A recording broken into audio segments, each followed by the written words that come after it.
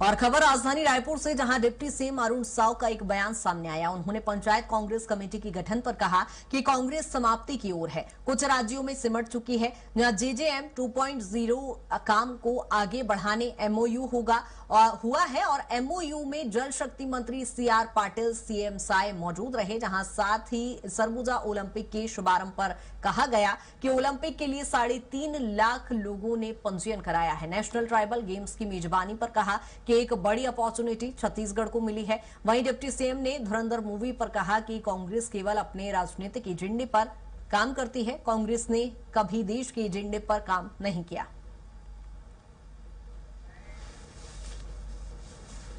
भारत सरकार और राज्य सरकार के प्रमुख प्रशासनिक अधिकारीगण उपस्थित रहे हैं, तो निश्चित रूप से इस एमओयू के हस्ताक्षर होने के बाद अब जल जीवन मिशन के काम में गुणवत्ता आएगी और सतत रूप से पानी सुनिश्चित होने का काम, शुद्ध पानी लोगों के घरों तक पहुंचाने का काम सुनिश्चित होगा।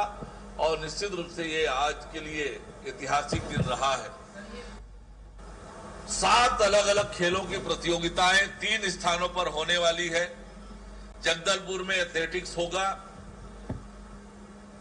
और अंबिकापुर, रायपुर में अन्य खेल होंगे। देश भर से 3,500 खिलाड़ी और खेल के अधिकारी शामिल होने वाले हैं।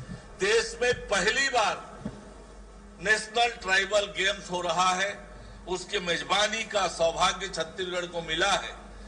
पूरी तैयारियां तेज गति से प्रारंभ हो गई है, मैदान बनने लगे हैं, तैयारियां प्रारंभ हो गई है।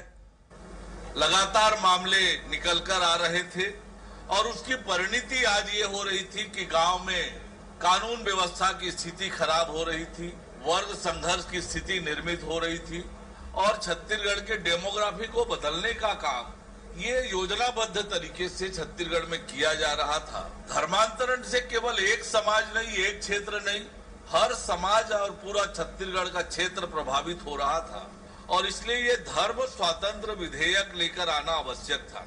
उस पर से कांग्रेस पार्टी ने मुंह मोड़ा है और पलायन किया विधानसभा से। ये छत्तीसगढ़ की जनता में इसे लेकर आक्रोश है, नाराजगी है। कांग्रेस पार्टी को छत्तीसगढ़ की जनता इसके लिए कभी माफ नहीं करेगी।